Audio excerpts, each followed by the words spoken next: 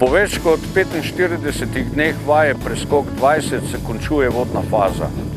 Vaja je konceptualno sestavljena iz 3 sklopov, in sicer vodnega in četnega usposabljanja ter združene vaje sil Slovenske vojske. Na vaji smo preverjali proces bojnega odločanja in priprave enote na boj, taktične postopke in združenje bojevanja manevrskih vodov ter enot bojne podpore. Na vaji so sodelovali tudi prednji opazovalci vojske Črne gore, ki se skupaj z nami pripravljajo na odhod na misijo v Latvijo.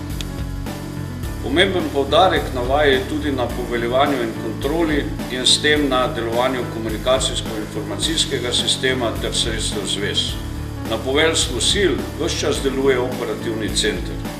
Vajo tudi izvajamo na težko prehodnih zemljiščih, ki niso v lasti Ministrstva za obrambo in jih vojaki slabše poznajo, ter v času, ko je bila v Sloveniji še vedno razglašena epidemija virusne bolezni.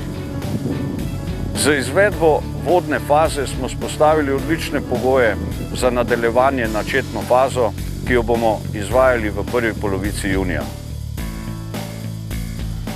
Četna faza bo potekala od 1. do 12. junija. Namen četne faze je nadgraditi postopke vodov, torej izvesti še kompleksnejše usposabljanje na več terenih hkrati. Ključen poudarek bo zopet na izvajanju poveljevanja in kontrole, kjer bomo formirali bojna poveljniška mesta. Uspešno zaključena četna faza nam bo omogočila prehod na združeno vajo, ki jo bomo izvedli med 15. in 19. junijem.